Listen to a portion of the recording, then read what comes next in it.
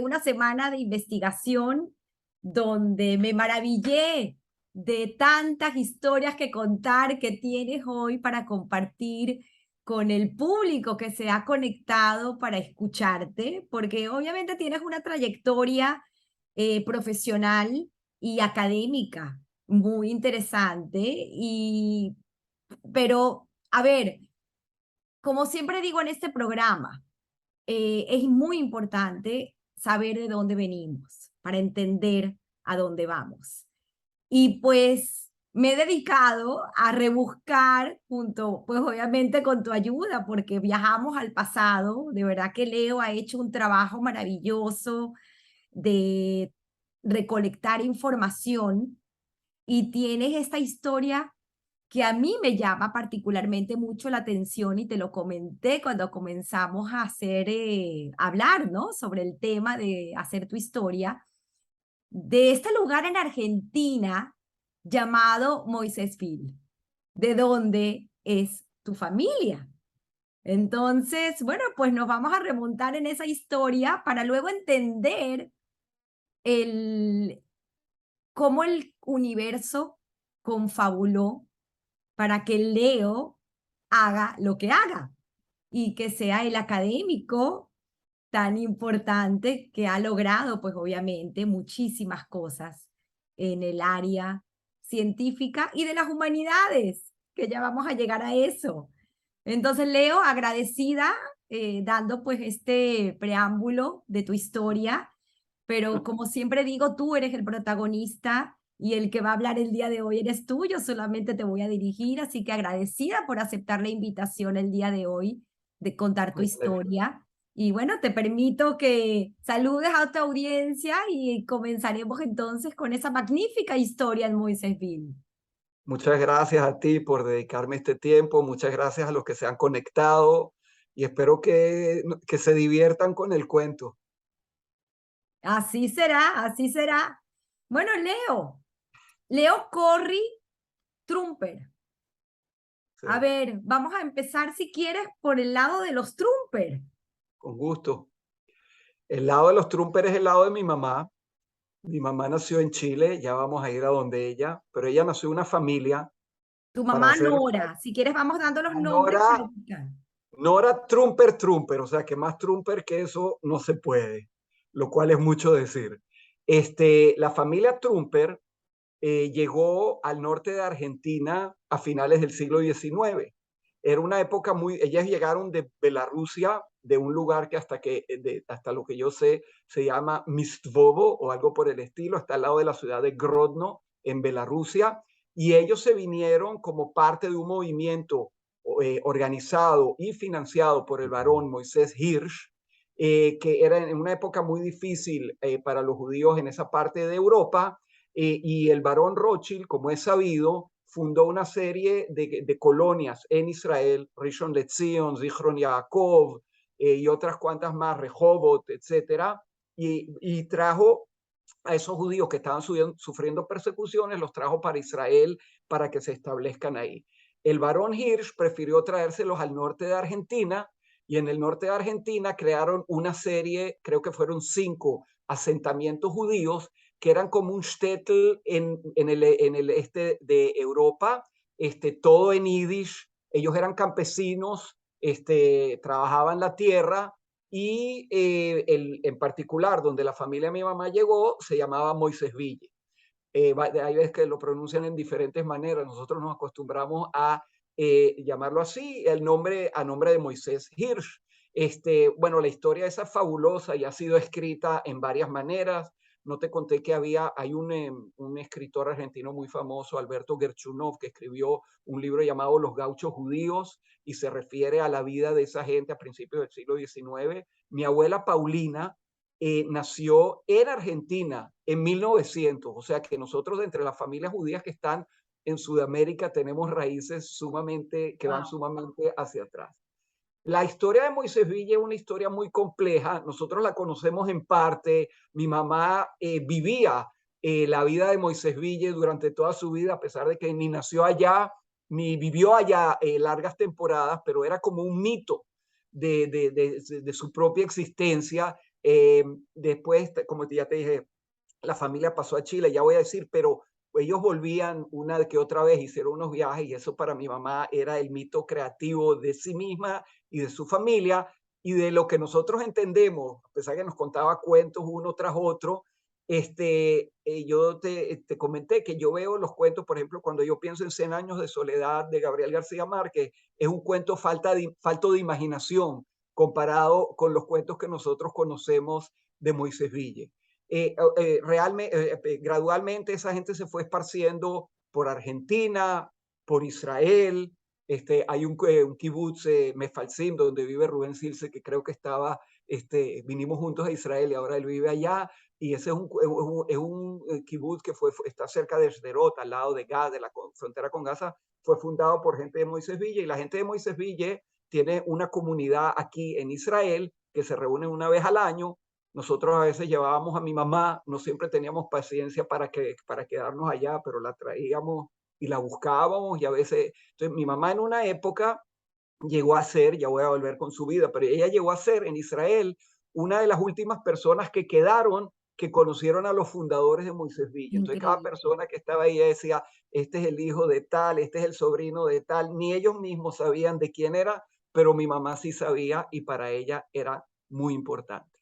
Entonces, en cierto punto, no sé muy bien por qué, probablemente por la situación económica, alrededor de 1920, mi bisabuelo, Nahum, cruzó la frontera a Chile, a Loma de Burro, y se estableció en la ciudad de Iquique, que es una ciudad minera en el norte de Chile, y ahí es donde nació mi mamá y sus 4 hermanos, o sus 3 hermanos. Ellos eran 4, un hermano y 3 hermanas, y bueno, empezaron ahí su vida de la familia y eventualmente se fueron para Santiago, probablemente buscando un lugar donde les sea más fácil llevar una vida comunitaria, no sé, estudiar, El etcétera. tema de los estudios, que me parece algo también muy importante porque lo he visto a raíz de estas 90 historias que contar, que parte del tema de emigrar es por conseguir una mejor oportunidad de estudio. Sí. Mi mamá nació en 1926 y después vino la crisis económica mundial. Yo pienso que unos años después ellos se mudaron a Santiago y bueno, ahí hicieron su vida. Mi mamá estudió en colegios que eran muy prestigiosos para la época y ella siempre lo decía con gran orgullo, que ella estudió en el Santiago College y en el Manuel de Salas. Yo he leído un poco sobre esos colegios, entiendo que eran colegios muy importantes, muy bien Bueno, entré en la posicionados. página de Santiago College Ah, y ¿entraste? maravillada Ah, ok. de la Lo que yo no universidad he que hecho. es, claro. Ah, bueno. Pero mi mamá también siempre indicaba ahí y después cuando estudió economía en la Universidad de Chile que ella era una mujer única o de las pocas, a veces única, o en cursos donde todos eran hombres. Entonces mi mamá estaba siempre orgullosa de haber hecho ese tipo de estudios. Para ella hablaba muy bien inglés y eventualmente se convirtió en traductora simultánea en Venezuela. Pero bueno, eso llegaremos un poquito más tarde. Y bueno, esa es como la familia Trumper, la rama que quedó en Chile mientras, o se mudó a Chile, emigró a Chile, mientras la gran parte se quedaba en Moisés Ville y después se fue esparciendo por el mundo. Moisés Ville ahora está prácticamente vacío de judíos, aunque ha habido una vuelta y hay gente que va a pasear. Yo tenía planeado ir con mi esposa hace un par de años y me habían invitado a dar unas charlas ahí en Santa Fe y en Córdoba, iba a aprovechar la oportunidad, pero el COVID lo evitó. Así que espero que lo podamos hacer muy pronto Pero porque a mí me da siguen mucha de curiosidad. pie las sinagogas, La eran escritas renovaron. totalmente Sí, en yiddish, sí, escritos. sí. Qué Y yo bárbaro. probablemente quiera ir al cementerio, eso es lo que hace uno cuando va a esos lugares a ver los Trumpers por todos lados, ¿no? Bueno, como te digo, para mi mamá esa era la vida. Y como te mandé hoy, una cosa muy interesante, mi mamá Maravilloso. reunió una serie de álbumes, de fotos de la familia Trumper y de otras familias que empezaba en 1900.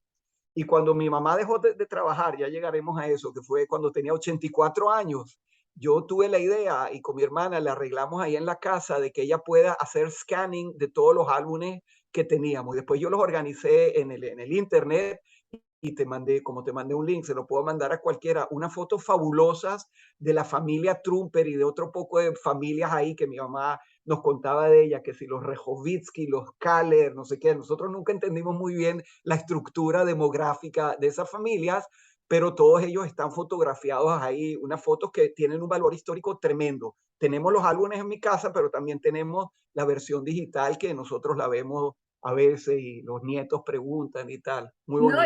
y ya hablaremos de la importancia, pues obviamente, de que todo ese documentaje de fotografías esté en la nube.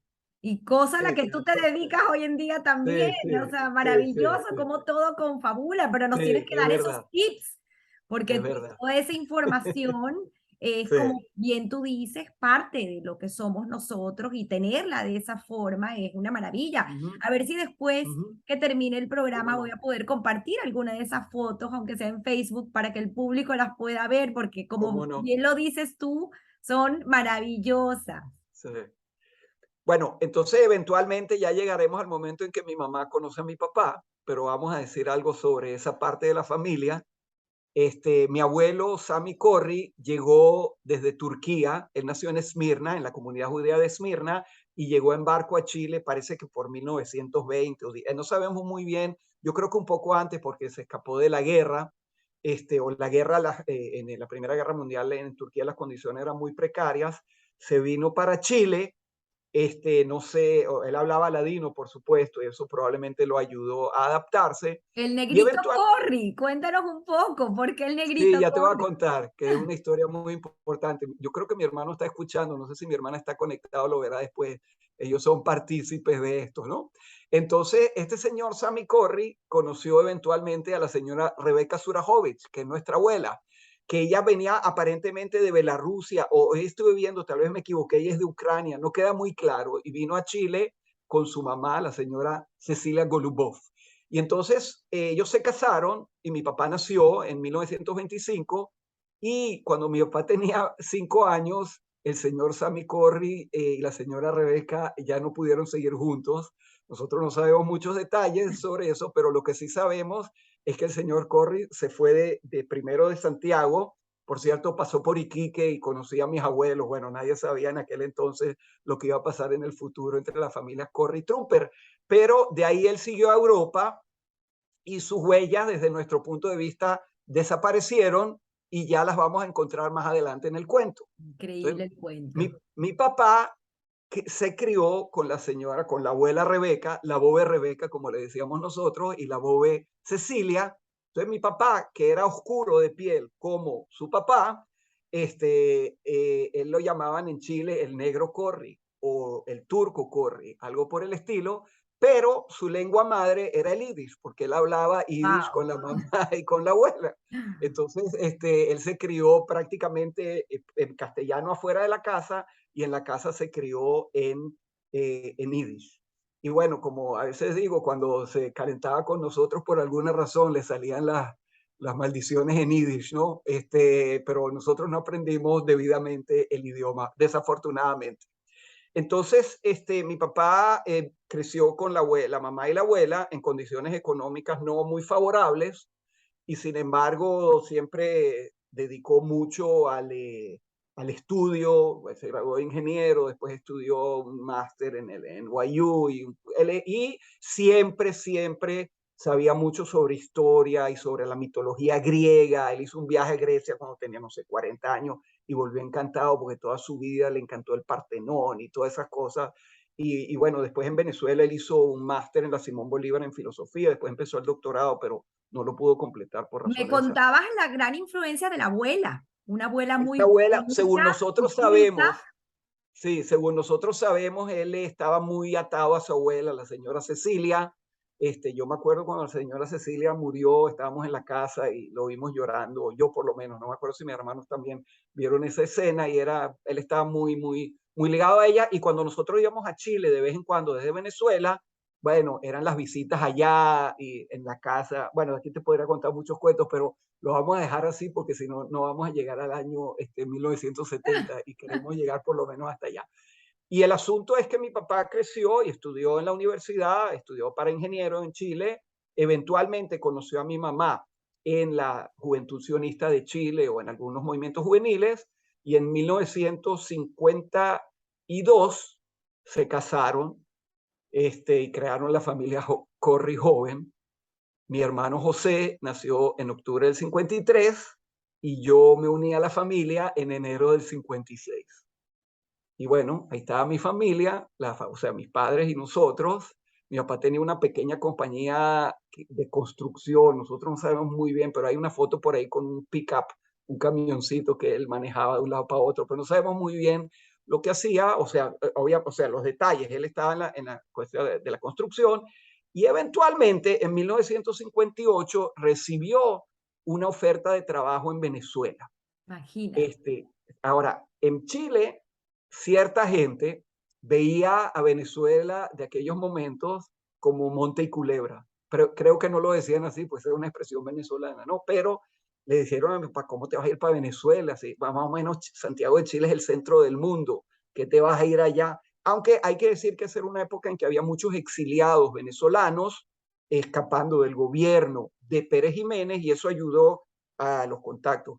Pero la cuestión es que mi papá se subió en un barco a finales del 50, a principios, no, en enero del 58, y mientras iba para Venezuela, fue el golpe de Estado del 23, no el golpe, o sea, sí, el golpe, se puede decir, bueno, no voy a usar conceptos cargados de significado, pero 23 de enero cae Pérez Jiménez y sube el nuevo gobierno y eso agarra a mi papá en el barco y a Imagina. mí y mi mamá con dos niñitos jóvenes que ni sabía dónde, o sea, cómo se puede, qué es Venezuela, ¿no? O sea, aunque era Claro, pero Chile, tu mamá se había quedado en Chile mi todavía, mamá se ¿no? había quedado y la idea era que nos íbamos a unir un poquito más tarde. Bueno, mi papá llegó a venir a Caracas, empezó a arreglarse ahí y eventualmente nosotros nos unimos. Y aquí, como te conté, venía con nosotros una de las figuras más importantes de mi familia, que era, o sea, estaba mi mamá, estaba José, estaba yo, Sarita iba a nacer un poco después en Caracas, pero venía con nosotros la Tere. La Tere es lo que se llama en Chile la nana, ¿no? O sea, la señora que mi mamá contrató para que trabaje en la casa y ella se vino con nosotros a Venezuela y era una persona muy central en la vida de todos nosotros, era una segunda mamá. Nosotros la queríamos mucho, ella nos quería mucho a nosotros, ella después ayudó a mi mamá en las épocas más difíciles de nuestra vida, había cuestiones de salud de mi papá y tal, ella siempre estuvo cuando la necesitamos y nosotros también la apoyamos a ella y a su familia cuando se volvieron a Chile. Ese es un cuento larguísimo que podríamos hablar aquí 2 horas sobre la Tere. Todos mis amigos la conocían y claro, cada uno en su casa tenía a alguien parecido que ayudaba y conocía, pero la Tere yo creo que era un cuento muy especial. Ella en realidad, bueno, voy a hablar ahorita de acá de ella un minuto, que no solamente del amor que le teníamos y la centralidad de la casa, por supuesto, mis dos padres trabajaban, mi papá y mi mamá, y ella era la que mantenía la casa y nos mantenía a nosotros, o sea, nosotros, yo me la pasaba horas a veces en la cocina, aprendí a cocinar ahí con ella, escuchaba las radionovelas que ella escuchaba y tal. Después, para decirte nada más que mi mamá siguió en contacto con ella hasta el final de su vida. Cada semana o cada 2 semanas la llamaba a Chile, cómo está la cosa y tal. Y ella murió 3 meses después que mi mamá. Mi hermano José vivió en Chile varias temporadas en cuestiones de trabajo y siempre había un contacto muy grande con ella. Y para decir este punto último sobre ella en este momento, cuando yo vine en el 96, que estaba en Estados Unidos con mi familia, venimos a Chile, mi hermano José estaba ya en esa época y venimos a visitar antes de volver a Israel. Mi abuela, que estaba viejita, pero todavía vivía, me dijo, yo sé que tú no viniste a visitarme a mí, tú viniste a visitar a la Tere. Y la verdad es que era cierto, en gran Son medida. parte Bueno, importante, en definitiva, de sí, la estructura familiar.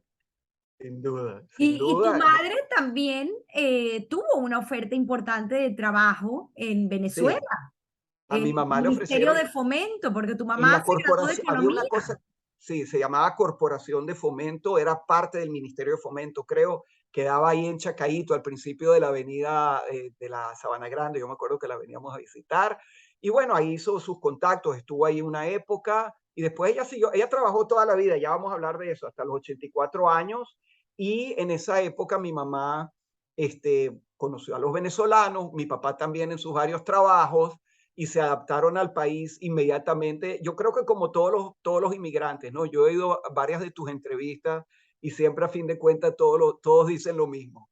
llegamos a Venezuela, bien sea de Chile, bien sea de Marruecos Qué o bien sea de bonito, Polonia, y el país los recibió con con los brazos brazos abiertos. abiertos. Y yo puedo decir que desde el punto de vista mío, yo creo que también de mi hermano y de mi hermana, esa fue la decisión más importante de la vida de mis padres para nosotros. Nosotros siempre estuvimos contentos de haber crecido en Venezuela y no en Chile. No entraremos en todos los detalles de cómo vemos nosotros la sociedad chilena y cómo vemos la venezolana, pero la venezolana la conocemos todos, Ese abierta. arraigo, ¿no? Esa identidad, esa doble identidad. Sí, yo te comenté que mi mamá siempre decía que después de 10 o 15 años de estar en Venezuela, cuando iba a Chile, le preguntaban si ya se acostumbró en Venezuela. Me parecía como que ya me acostumbré, ese es mi lugar. Y para mis papás, para mis padres, mi papá y mi mamá, esos fueron años muy buenos, a pesar de que hubo algunos años difíciles desde el punto de vista de salud de mi papá, pero esos años fueron muy buenos y bueno, para nosotros también lo fueron. El tema del colegio, Leo, El porque tema del colegio. sé que fue parte importante Sí, el colegio y la universidad después, ambos sí, dos, se sí, puede decir en la estructura de tu sí, vida y la toma de sí, decisión más sí, adelante de lo que sí. llegó a ser Leo. Pero el Sí, tema del bueno, colegio me parece fascinante porque bueno, fue una época y unos recuerdos de un colegio con un doble turno, con sí, hora de almuerzo, con unos profesores sí, increíbles. sí, Y por cierto, cabe destacar que hace una semana apenas, tu es verdad. promoción 1972 celebró los ¿cuántos años de graduado? 50, 50. 50 años de graduados en Israel, y Sí. donde invitaron a nuestro querido Mario Nassi, Mm, quien mm. fue epónimo del Era padrino. Nosotros padrino. nos obligaron a llamarnos 25 aniversario del Colegio Moral y Luces, pero escogimos también padrino. Entonces Mario era el padrino. Y la influencia, pues, de estos profesores, sobre todo los de matemática, Sí, sí, sí. por quien Bueno, luego mira, estudiaste matemática pura, porque creo que tenemos a Chuchú acompañándonos el día de hoy, y por supuesto bueno, a nuestro querido Benjamín Schomstein. ok. Entonces te cuento, nosotros tres estudiamos en el Moral y Luces de una manera un poco diferente porque yo estudié en el Colegio del Este, no todos conocen, pero había la sección este, que era una sección donde la gente que ya, nosotros vivíamos en las Mercedes desde un principio, en el edificio de la Hacienda frente al Tamanaco, que nada más del edificio ese podría contarte otras 2 horas de Wow. historias, pero Sarita, mi hermana, ya nació cuando estábamos allá. Era un edificio muy especial, era un vecindario muy especial, pero lejos, estábamos lejos de todo, ¿no? Entonces, había el Colegio del Este, donde iban muchachos, los niños que vivían en la Castellana, Altamira, inclusive en el Marqués, cosas así, y ahí hice yo mi primaria. Estaba la profesora María Josefina Anzola de Sucre, que era, bueno, una institución, ir a almorzar en su casa con las morochas, eso era una cosa, me es difícil contarte, nada más sobre eso podríamos otra vez hablar 2 o 3 horas, y después yo pasé a lo que nosotros llamamos ahí el colegio grande o el otro colegio, ¿no? Y ya te cuento allá, mi hermano José empezó directamente en San Bernardino y bueno, como niño chiquito tenía que hacer tremendo viaje hasta allá, y Sarita ya después estudió en hebraica, pero yo y El José autobús, Leo. yo y José salíamos a las 6:30 o antes, yo no sé ni qué hora nos levantábamos y recorríamos toda la ciudad de Caracas, Bellomonte, Santa Mónica, la avenida Fuerzas Armadas, llegamos por Cotiza, por ahí, siempre llegábamos tarde. Cuando entrábamos ya estaban tocando el himno, pero bueno, no era culpa nuestra, es que la ruta era tan larga, pero era divertido, porque ahí hablábamos con la gente, nosotros tenemos muchos amigos. Fíjate que ahorita cuando fue la cuestión de la promoción, entonces nos tomamos fotos, por ejemplo, los del Colegio del Este separados y los de la Ruta 6, del autobús 6 Claro. separados. Eso era una vivencia muy importante. Pero durante el tiempo en que todavía no había horario corrido, sino que almorzábamos en el colegio, eso era lo mejor para mí. O sea, yo iba a las clases, yo no, a veces ni traía cuadernos ni nada, pero tenía muy buenos oídos y todo me entraba en la cabeza también si no lo anotaba. Pero al mediodía se jugaba béisbol, pelota de goma y se jugaba básquetbol. Y bueno, esas 3 horas ahí yo corría y sudaba. Después llegaba a la clase con esa camisa blanca que era negra más bien y ya le dijeron a mi mamá que me tiene que mandar 2 camisas, porque cómo voy a entrar yo así. Yo siempre me Wow. recuerdo que había muchas niñas que vivían ahí en San Bernardino, que llegaban almidonaditas y perfumaditas, y al lado mío, bueno, eso era... Pero en fin, el Colegio Moral y Luces para mí fue muy importante y lo recuerdo realmente como una persona que se dedica a la educación y a la investigación y todo eso. Yo veo tantas cosas que yo recibí en el Colegio Moral y Luces. Primero que todo el hebreo, o no sé si primero que todo, menciono primero el hebreo porque yo llegué a Israel prácticamente sabiendo hebreo y yo en la casa nosotros no hablábamos hebreo. Eso lo aprendí en el Moral y Luces. Qué Es importante. verdad que yo tal vez tengo facilidad especial para los... Podría mencionar una larga lista de profesores que todos realmente me los recuerdo y recuerdo sus clases, porque yo tengo esa memoria que me acuerdo quién estaba sentado al lado mío y quién adelante y quién atrás. Pero dos campos o tres especialmente importantes para mí, el hebreo. Teníamos a la Morá Meir, a la Morá Fania, entre otras, la Morá Yafa. Yo aprendí a hablar hebreo en el colegio, a leer y escribir y al Moresh Mariao Bejar en primaria, que era otro. Después en matemáticas tuve 3 años, primero, segundo y tercero a Benjamín Schomstein, cuarto y quinto a Chuchu Carvajal. Bueno, no es casualidad que yo fui a estudiar matemáticas después en la Simón Bolívar, ¿no? O sea, con un agradecimiento y con una... me ayudaron a entender que tenía esa capacidad para ese tema que me gustaba mucho, aunque no era el único que me gustaba, y bueno, eso fue una tremenda influencia. Y también los profesores de historia, Mario Nassi, uno de ellos, yo también me acuerdo de la profesora Josefina Bernal, que no sé si muchos se acuerdan de ella, pero ella me metió la idea de lo importante que era la historia y cómo se estudia la historia. Podría mencionar más, y bueno, luego están toda la cuestión de los compañeros. Eso es algo muy especial lo que pasó aquí la semana pasada y yo creo que no es único de nuestra promoción, ¿no? Sino que eso era algo bastante característico del Colegio Moral y Luces. Me alegro que lo hayamos hecho y espero que otros lo hagan también, bien sea en Israel o bien sea en otro lugar. Eso es un campo. El otro campo en donde yo empecé digamos, mi educación o mi preparación desde muy temprano fue el Kenachon, el Ashomer Atzair, donde yo estuve desde los 7 años. Y bueno, eso era un mundo entero, el mundo de los paseos por el Ávila, que los hacíamos desde chiquitico, el mundo del estudio de lo que se pierde. Comentaba para que los que no entiendan, porque hay mucha gente que no es de Perdón. la comunidad que pueda estar escuchando el programa, que es un tipo Boy Scouts, pudiésemos decir, es Bueno, un en muchos movimiento aspectos. que genera pues mucho liderazgo, ¿no? Sí, sí. Bueno, liderazgo, entendimiento propio de quién es cada uno de nosotros, por supuesto la conexión con Israel y en mi caso con el kibutz, que ya aparecerá un poquito más adelante en la segunda escena, y cuando vengo a Israel. Y bueno, una formación también de lo que era la música venezolana, que supongo que hablaremos sobre ella, la música clásica. Yo aprendí muchísimas cosas, a trabajar con las manos, Que, a Leo, vale pasear. la pena retomar el tema de Sí, la música, porque te sí, hice una pregunta fuera de cámara de por qué escogieron tus padres que estudiaras cuatro y no piano. sí, es verdad. Después lo pensé también. La verdad es que yo y mi hermano a una tierna edad, yo no me acuerdo qué edad, pero muy jóvenes, empezamos a estudiar cuatro en la casa.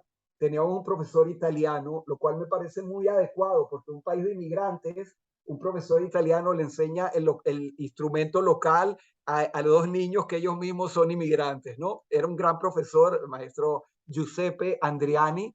¿Y por qué? Es una buena pregunta. ¿Por qué mi papá nos compró un cuatro y no un piano? Bueno, supongo primero porque era más barato. Segundo, porque no sé si había lugar en la casa para un piano. Pero tercero, porque ellos también, y después nosotros, los hijos, o sea, yo y mis dos hermanos, nos enamoramos desde un principio de la música venezolana y la música venezolana nos acompaña desde ahí hasta hoy. O sea, hoy quiero decir hoy en día, porque nosotros seguimos escuchando, tocando, yo estoy involucrado en cosas de esas, nos Eres parte del coro en en el Israel. coro y también en el coro de la CUSIP, que ya lo voy a mencionar en un segundo. Eso, y además tenía otra cosa, que cuando íbamos a Chile, llevábamos nuestro cuatro, entonces mi papá y mi mamá siempre orgullosos de que cantáramos ahí frente a las abuelas. volando en el palmar, cantando abajo. Eso, yo me acuerdo que eso era lo que les Qué cantábamos ahí. bonito. Bueno, siempre puedes viajar con un cuatro, con un piano es un poco más Es más difícil. difícil. Pero bueno, El- entonces, estoy Leo, hablando de el colegio. tema del Kenashon, que también Sí. quiero resaltar este punto, porque me lo comentaste también fuera de cámara y creo que es un punto muy importante en tu formación, que es el tema de la libertad, el tema de la confianza, el tema de a una edad tan temprana, el poder tomar decisiones, ¿no? Pero decisiones al fin y al cabo correctas. Eso es un punto muy importante porque yo puedo decir que la educación que nosotros recibimos en la casa era una de libertad y de hacer, yo por lo menos siempre hice lo que quise, yo desde una edad muy temprana agarraba taxi solo de un Los lado para otro, puestos. después en por puesto que fue muy importante para ir hasta San Bernardino porque escuchaba la música que se tocaba en el por puesto, o sea, la más rocolera que tú te puedas imaginar y también música venezolana y escuchaban Radio Rumbo, Radio Continente. Y bueno, así yo aprendí muchas cosas que probablemente en otro lugar no podía. Pero también nosotros desde muy temprana edad hacíamos excursiones en el Ávila por 2 o 3 días. Yo creo, mis padres ni sabían dónde yo estaba, sabían que estaba en el Ávila y que regresaba, pero yo a veces pienso eso desde la perspectiva de hoy como abuelo y lo que mis hijos pasaron, que yo también les daba libertad, pero siempre sabía exactamente dónde estaban también cuando estaban en el ejército, también cuando estuvieron viajando por Kirguistán o por Chile. Claro, había una tecnología que nos permitía saber exactamente dónde estaban. Sin embargo, la libertad que nosotros tuvimos y que nos las tomamos muchas veces sin preguntar demasiado es una cosa invaluable. Sin duda, forjó ciertos detalles o partes importantes de nuestro carácter, ¿no? En el caso mío, sin duda. Muy interesante porque sé que además de ti, he tenido varios que han pasado por el programa que han sido similar en tus años hoy en día, en los años que estudiaron en el colegio, y pues hablan de lo mismo, inclusive Ilan Chester conversa sobre sus pasajes en el por puesto y este tema de las libertades que tenía y este tema de poder entender un poco lo que te rodeaba, ¿no? Y absorber, creo, en parte las cosas bonitas y poder pues entonces tomar decisiones acertadas en un futuro. Creo que es parte importante porque cuando no nos permiten, obviamente, crecer en ese mundo y exponernos, a veces luego se nos vuelve un poquito más difícil el saber tomar decisiones. Entonces, creo que valía la pena pues hacer un Sí, inciso sí, para gracias. resaltar ese punto. Muy importante. Y el remate de toda esa parte de mi vida, que es hasta los 21 años, son los 5 años que pasé en la Universidad Simón Bolívar, que también sobre eso podía hablar mucho, en donde descubrí lo que es la matemática avanzada, la matemática de investigación, que es un mundo que es muy difícil entenderlo para el que no lo ha participado, porque es como que si te hicieran una iniciación en una secta, que nada más los que están adentro la conocen, saben lo que es una demostración, saben lo que dice una teoría así, una teoría de otro tipo, y eso crea una sensación muy especial de estar en un lugar muy importante. Y bueno, la matemática me sigue acompañando desde ahí hasta hoy en día, pero en la Universidad Simón Bolívar había otras cosas. Por supuesto, conocer a los venezolanos de fuera del Colegio Moral y Luces, que después de todo era un lugar muy cerrado, y también el Asomera Zahir, y ahí conocí un gentío de venezolanos, especialmente en el coro. La coral de la Simón Bolívar es una cosa muy importante que yo pasé en esos años y que después que me vine a Israel seguí cantando en varios coros y tal, pero ya no conectado con la Simón Bolívar, pero hace 2 años hubo una reunión en Madrid y este año hubo otra vez. Y bueno, eso es algo que no lo puedo describir en palabras, la emoción, porque eso conecta. Primero que para mí fue como ir a Venezuela, o lo más cercano que pude hacer que se pareciera a Venezuela, porque fui a un lugar donde había puros venezolanos, tocábamos música venezolana, cantábamos música no solo venezolana, también clásica como en cualquier coro. Entonces eso fue otra vez que cerré un círculo que empezó allá. Pero cuando yo terminé la Simón Bolívar, entonces ya había aprendido, terminé muy bien mis estudios de matemáticas, estuve en la coral y además estudié una cantidad de cosas que me van a seguir acompañando, porque en la Simón Bolívar se estudiaba humanidades o estudios generales, lo llamamos. Todo el mundo, ¿no? No a todo el mundo le gustaba, a mí me gustaba, pero no a todo el mundo le gustaba, pero era obligación estudiar historia, filosofía, literatura, una cantidad de cosas que también me siguen acompañando hasta el día de hoy. Así que, entonces, eso cierra el círculo venezolano. Cuando yo llego a los 21 años, habiendo estudiado en el Moral y Luces, habiendo estado en el Kenexur, habiendo crecido en mi familia y habiendo hecho lo que hice en la Simón Bolívar. Tomaste un avión e hiciste prácticamente aliá a Israel. O sea, No te prácticamente fuiste. allá. Sí. Quiero entender, porque obviamente te lo pregunté, pero quiero que lo compartas con la audiencia, eh, la forma como me contestaste, de por qué tú estabas tan decidido dejar todo lo que había formado de esta forma como hablas, ¿no? De lo que fue Venezuela para ti, lo que fue el colegio para ti, lo que fueron tus amistades, y sin embargo, decir, cierro, me voy. Bueno, mira, eso es algo, sí. Yo lo veo hacia atrás y pienso cuál es el significado de eso, ¿no? No, a veces lo comento con mi familia, porque como te comenté, mi familia, nosotros somos muy cercanos, yo y mis dos hijos, mi hijo y mi hija, todavía no hemos hablado, pero vivimos cerquita el uno del otro. Y el hijo, Daniel tiene 38 años y siempre he vivido cerca de él, excepto cuando viajó. Y aquí, a los 21 años, yo hice un corte. Ahora, un corte que se veía venir, porque en mi familia se hablaba mucho de hacer aliá, mis padres, bueno, es un cuento muy complejo que otra vez no te lo puedo contar, pero la retórica y la presencia de Israel en mi casa siempre fue muy fuerte, aunque menos para mis hermanos y más para mí, como estaba en el Shomer Hatzair también. Entonces yo me fui, bueno, yo me preparé muy bien, como dije, sabía hebreo, sabía muy bien a dónde iba a ir, cómo iba a ir, y vine siguiendo una idea, o dos ideas más bien. Una idea que decía que el pueblo judío tiene que vivir en Israel, en su país, lo que se llama sionismo, y otra idea que yo quería probar una forma diferente de vida en la cual, siguiendo los valores que yo había recibido y desarrollado, un lugar que se vea como una sociedad diferente y más justa en muchos aspectos, que es el kibutz. Yo viví en el kibutz 20 años, me vine al kibutz Nirim y ahí, bueno, mis primeros 20 años de vida en Israel los tuve ahí.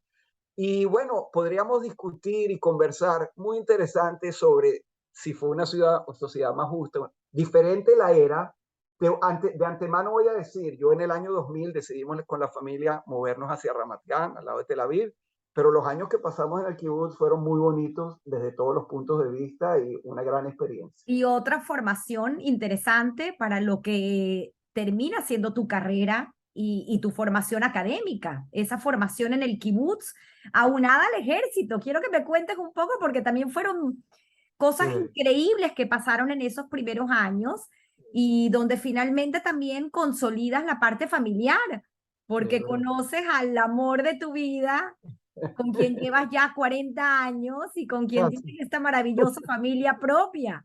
Sí. Bueno, mira, yo llegué a Israel y al kibutz con la decisión de formar parte de eso, ¿no? Aunque tengo que recalcar que nunca pensé que para yo integrarme a la vida israelí y a la vida del kibutz tenía que abandonar para nada lo que yo traía de Venezuela. Hay gente que sí lo ha hecho así. Yo no, yo y mis amigos seguimos siendo venezolanos en todos los aspectos, pero, o sea, como digo yo, también en Venezuela yo tenía la identidad venezolana y la identidad judía israelí, pero en una proporción que le daba más a la parte venezolana que a la otra. Y cuando llegué a Israel se cambiaron los pesos específicos, pero no los componentes. Y bueno, Como buen yo viví, matemático haces un buen exacto. análisis.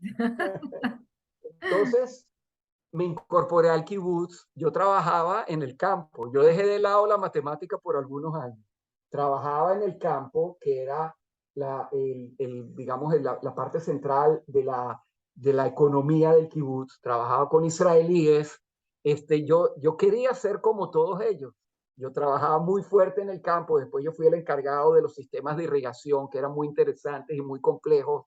Vivir como un agricultor es algo muy especial por una serie de cosas. Tú te levantas en la mañana, estás todo el día pendiente de qué es lo que pasa, que si va a llover, que si no va a llover.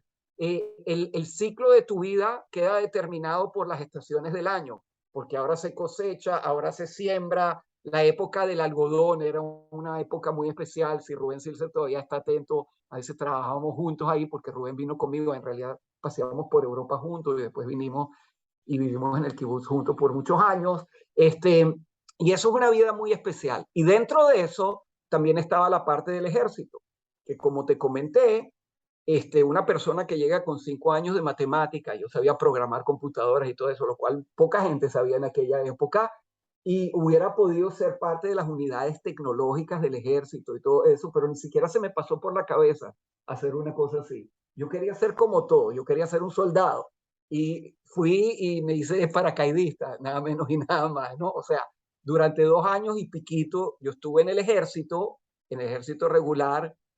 Es una experiencia compleja, difícil. En una época yo había estado muy orgulloso de haber hecho eso. También lo estoy orgulloso en el pasado. Hoy en día mi relación con el ejército en Israel es un poquito más compleja. No en aquella época en que yo y mucha gente, como todos los que llegamos, queríamos ser parte.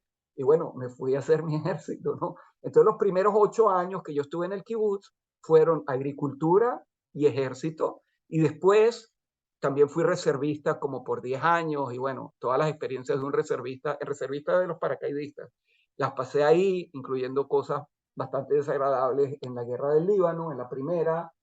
Bueno, ¿eso qué quiere decir? Esa es la vida del israelí, de cierto tipo de israelí. Yo la quería hacer y la hice, a final de cuentas, ¿no? Así que esa es la Sin parte de allá. embargo, retomaste el camino académico porque Sí, hiciste tu maestría. sí. Y en el interín, pues obviamente el amor, formaste tu familia. Sí.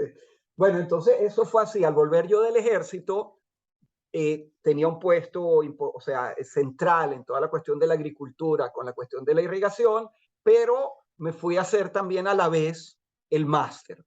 Eso yo creo que es algo, el máster en matemáticas puras, lo hice en la Universidad de Tel Aviv. Además, mi mamá ya había venido, no conté, pero mi papá falleció a yo un año de estar yo aquí en Israel.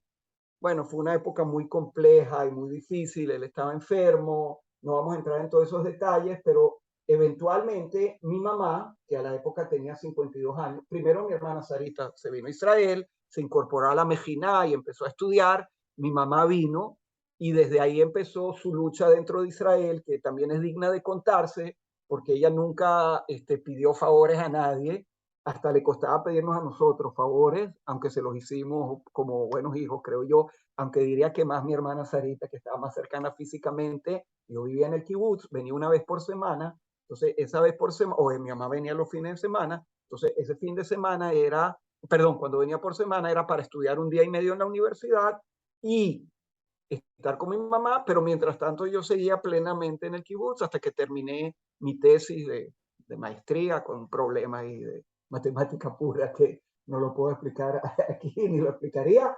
Y un poco más tarde empecé el doctorado, que después podemos hablar de él, porque en realidad el doctorado ya me mete en la vida académica más a fondo. ¿Y Entonces, tu mamá se une ahí a trabajar en traducción simultánea no, eso fue en en Venezuela. No, Venezuela? mi ¿En mamá Israel tenía qué ya hace? los puestos. Ella trabajaba primero como secretaria en varios lugares y eventualmente mi mamá empezó a trabajar en una compañía que traía peregrinos a Israel y el jefe de ella era un señor mexicano llamado Julio Yasinowski. Ella trabajó con él muchos años hasta que tenía 84 años mi mamá. Pasó a los 84 años que el señor Yasinowski falleció. Entonces la compañía donde trabajaban decidió cerrar ese departamento. Y bueno, mi mamá dejó de trabajar y para ella eso era lo peor que le podía pasar. Estaba dentro de la casa como un león dentro de una jaula y salía todo el tiempo, venía donde nosotros, iba para aquí, iba para allá. Finalmente estuvo en una casa de adultos al lado de mi casa, al ladito de mi casa, pero desafortunadamente recibió un stroke y no duró mucho después de eso. Ella murió a los 86 años, pero bueno, murió rodeada, estaba yo con mi familia, que eran los nietos de ella, y mi hermana con su familia, que solo eran los nietos de ella. Los nietos de parte de mi hermano estaban en Estados Unidos, así que vinieron un par de veces, pero eso era muy importante para mi mamá. Y 2015, el, en 2015, sí. bueno, No, 13 en realidad, perdónate. 2013. Entonces, esos son mis años allá. Conocí o empecé mi relación con mi esposa Efrat. Ya la conocía desde antes porque ella también estaba en el kibutz, pero ella estudió, después se casó con alguien antes que yo, después se divorció y cuando se divorció ya tenía su hijo Daniel, que era muy joven, 1 año y medio, y bueno, mi relación con Daniel también empezó. La relación, yo diría que el amor con Efraín no fue a primera vista, pero se creó muy fuerte. El amor con Daniel, eso fue a primera vista. Wow, qué bonito. Daniel es un muchacho hoy de grande, con sus 2 hijos, que son mis nietos, y él siempre dice que tuvo esa suerte que los padres se divorciaran porque recibió 2 familias, la familia de la mamá y la familia del papá. Ambos vivíamos en el kibutz, el papá de él después falleció, bueno, más tarde, pero él creció con 2 familias que lo querían mucho y bueno, él es parte de la familia Corry, indiscutiblemente, era el nieto más grande de mi mamá, etcétera, etcétera. Bueno, después nos casamos o nos juntamos, como te dije, también hicimos una boda en el kibutz, pero la boda para mí es lo de menos, eso es un punto de celebración. Y ahí llevamos casi 40 años, también con Abigail, nació después, y bueno, esa fue la vida en el kibutz, pero eventualmente pasó a otro tema. No, una cosa interesante que se me olvidó contar es que cuando volvimos del ejército, yo y mis amigos creamos un conjunto de música latinoamericana que nos dábamos vueltas por Israel, tocando en kibutzim, matando tigres, como dicen los músicos en Venezuela, por aquí y por allá, y eso era muy divertido. Y bueno, otra vez nos trajo el asunto de la cultura latinoamericana, etcétera, que era gran parte de nosotros, y nos divertimos mucho, y bueno, quedó de alguna manera como otra parte de lo que hacíamos. Yo también cantaba en un coro, pero bueno, cuando ya empecé con la familia y el doctorado, ya eso inclusive para mí era demasiado. Pero o sea, demasiado en el sentido que el coro y todo eso lo tuve que dejar de lado por un tiempo. Pero si tú te fijas, aquí hay una característica muy importante, que es que yo siempre me gusta estar bailando en 2 bodas a la vez, por lo menos. A veces 3. Puede ser el kibutz y la universidad, puede ser el kibutz y la alta tecnología, que no sé si tendremos hoy tiempo de hablar de eso. No, no, Nunca por favor, es importante. Nunca me gustó sentirme que yo estoy haciendo una sola cosa. Eso tiene un precio muy alto, que el precio es que en todo lo que yo he hecho, lo he hecho bien y lo he hecho de alta categoría, pero nunca en la más alta categoría, porque para hacer eso hubiera tenido que renunciar a otras cosas, ¿no? Como yo te lo expliqué con una metáfora, o sea, yo he publicado en todos los medios, en muchos medios científicos y académicos importantes, en Science, en Proceedings of the Royal Society, artículos que se han citado bien, pero no mucho. Es uno aquí, uno allá, otro allá. Bueno, tengo mis libros, que esos son bastantes y eso, pero siempre me preocupó la idea de hacer, o sea, es por curiosidad siempre. ¿Qué está haciendo esa gente allá? ¿Qué están haciendo los que hacen esto? Que esa curiosidad siempre me ha acompañado y bueno, esa curiosidad me llevó a que cuando yo empecé a hacer el doctorado en matemáticas, pero yo me la pasaba cuando iba a la universidad, siempre iba al edificio de humanidades y veía que había cursos de historia y de literatura. Yo venía a escuchando libremente, no me anoté nunca. Pero una vez vi que había una oficina del Instituto de Historia y Filosofía de la Ciencia. Yo ni tenía idea qué era eso y tampoco nadie en la universidad, pues lo acababan de abrir. Y yo llego y veo eso y me metí de curioso a ver qué era. Entonces el que dirigía en aquel entonces la cosa me agarró del cuello más o menos y me trajo para adentro y me empezó a explicar y bueno, me entusiasmé mucho con eso. Hice mi doctorado y bueno, después hice toda mi carrera, estuve en el exterior también como parte de eso, todas mis publicaciones, todo eso y todo lo que eso Estuviste, después. es importante porque creo que vale la pena mencionar tu ida a Berlín, ese Sí, año que estuviste en Berlín, y luego sí, tu estancia en MIT, porque son sí, parte también que te terminan definiendo en lo que eres en ese buscar, ¿no? De sí, estar en todos lados y de tratar de aportar y de sí. hacer lo que tú mejor haces, ¿no? Que es convertir la idea de otros en realidad. Sí, es verdad. Yo, cuando tú quieres hacer una carrera académica en Israel, después del doctorado, tienes que seguir a postdoctorado y cosas de esas, ¿no? Yo hice un postdoctorado en la Universidad Hebrea de Jerusalén y después, pero había que viajar al exterior. Entonces me ofrecieron irme por 3 meses a Berlín, al Instituto Max Planck de Historia de la Ciencia que recientemente se había creado. Entonces, bueno, yo me fui solo porque la familia por 3 meses, mover una familia no es muy fácil. Pero entonces, al cabo de los 3 meses, el director, que hoy en día es un buen amigo mío desde entonces, Jürgen Rehn, me dice, no, no, no, no, vale, tú te quedas acá. Yo dije, no, yo no me puedo quedar, yo tengo una familia en Israel.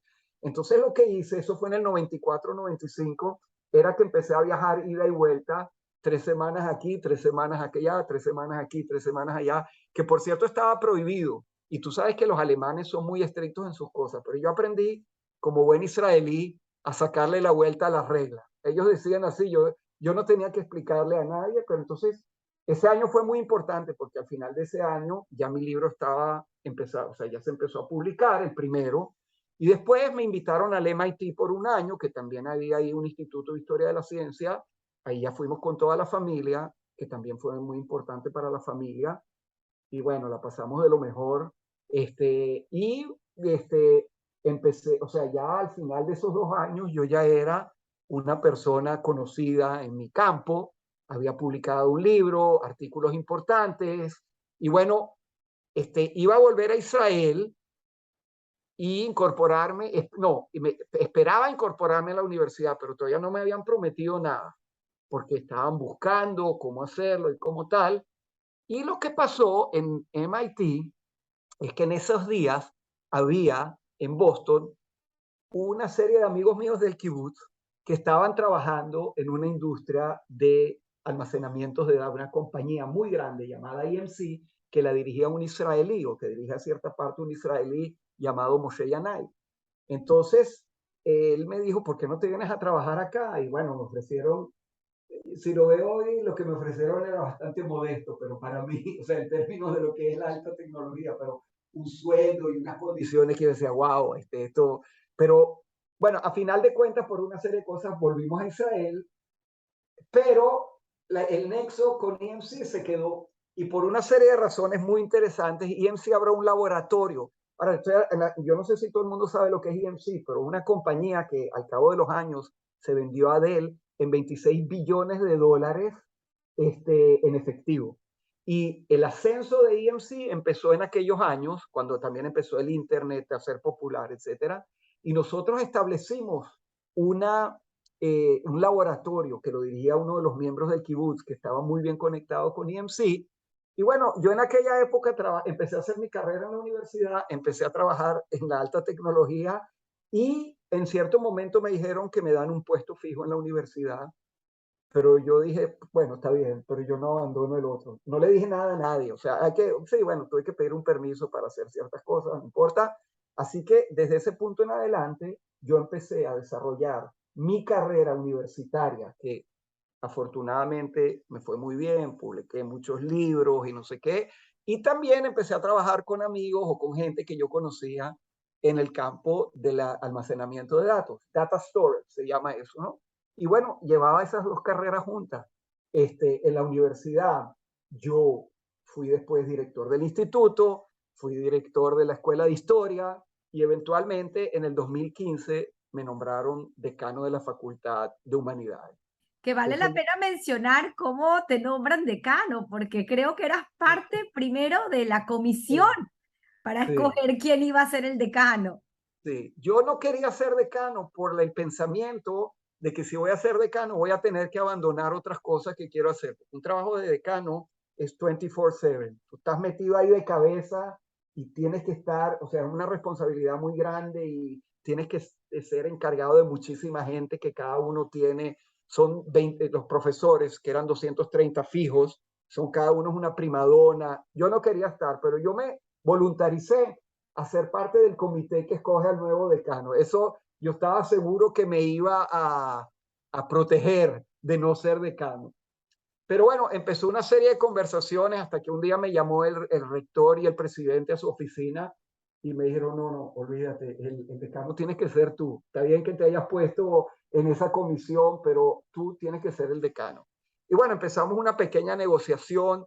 Yo la verdad es que la razón por la... Acepté por una serie de razones, y me interesé por una serie de razones, entre ellas que pensé que, bueno, hay que a veces dejar todo de lado y como en el kibutz yo lo mismo hice muchos cargos que son muy pesados, pero lo hice porque pensaba que hay que contribuir con la comunidad a la cual uno pertenece. Yo fui secretario en el kibutz, tal vez podemos hablar de eso un poquito después, pero aquí dije, ok, yo voy a contribuir, pero especialmente me sentía muy cómodo de trabajar con este rector y con este presidente. Bueno, a final de cuentas, de aquí para allá, jalando la cuerda de un lado para otro, como se hace una negociación, acepté y bueno, vino un periodo de 5 años en los cuales básicamente lo único que hacía yo era eso, aunque no solo, ¿no? Porque también no comentamos que tengo un blog político, que algunos lo pueden ver en mi website. Lo empecé ahí hablando sobre Israel. Eso era relativamente fácil para mí en el Pero sentido de que, sacaste un nuevo artículo ahorita con las sí, elecciones. sí, invito a todos a leerlo porque, bueno, no vamos a hablar ahorita de Israel ni de política, pero pueden ver mis ideas políticas claramente. Si entran en mi website, escriben Leo Corri, entran al website y hay un punto donde dice el blog de Leo, métanse ahí y pueden ver mis ideas políticas. No es que no las tenía antes y tampoco tuve mucho tiempo para dedicarme a ellas como decano, pero sí tuve un poquito de tiempo. Bueno, hice más de lo que pensé que iba a hacer siendo decano, pero eso fue una época interesante, importante y bueno, me puso, por supuesto, en un estatus importante dentro de la universidad, no solamente a nivel de investigador, sino también a nivel de la directiva de la universidad y cómo una institución tan compleja como una universidad, uno participa en el manejo de las cosas acá, que no es nada fácil, y en Israel cualquier cargo público es muy difícil, porque aquí la crítica es... Entonces, bueno, yo utilicé mis habilidades. Hablando de eso, Leo, me llama también muchísimo la atención, cosa que hablamos fuera de cámara y quiero traer para que el público escuche, porque creo que el tema también es aprender, ¿no? Aprender de tus historias. El hecho de eh, cómo tú aprendes tanto de los que te apoyan como de los que no te apoyan. Sí. Eso te lo comenté porque en verdad, o sea, como te dije, yo creo que fui bastante exitoso en ese trabajo de decano y lo veía como a través de, por supuesto, mi interacción con la gente de la administración y con la gente, con mis compañeros, los profesores, con los alumnos y con los otros decanos. Entonces, por supuesto, al final de la cadencia, o sea, 5 años, me hicieron una fiesta, como se hace, trajeron, era por Zoom, porque estábamos en la época del COVID, trajeron un grupo de música latinoamericana para que amenice y lo sorprendí yo tocando maracas como parte del conjunto. Algunos sabían que yo toco, otros no sabían, pero entonces vino, bueno, mucha gente me agradeció por lo que había hecho y tal, pero yo también, como te conté, hay gente que estuvo muy en desacuerdo con la política académica que yo implementé y yo siempre digo que yo sé que estoy haciendo las cosas bien, tanto por los que me apoyan, que si X, Y, Z me apoyan, eso me parece bien porque es gente que yo considero mucho, y muchas veces también por los que se me oponen, porque si A, B y C creen que lo que yo estoy haciendo no está bien, eso me indica a mí que voy por el buen camino.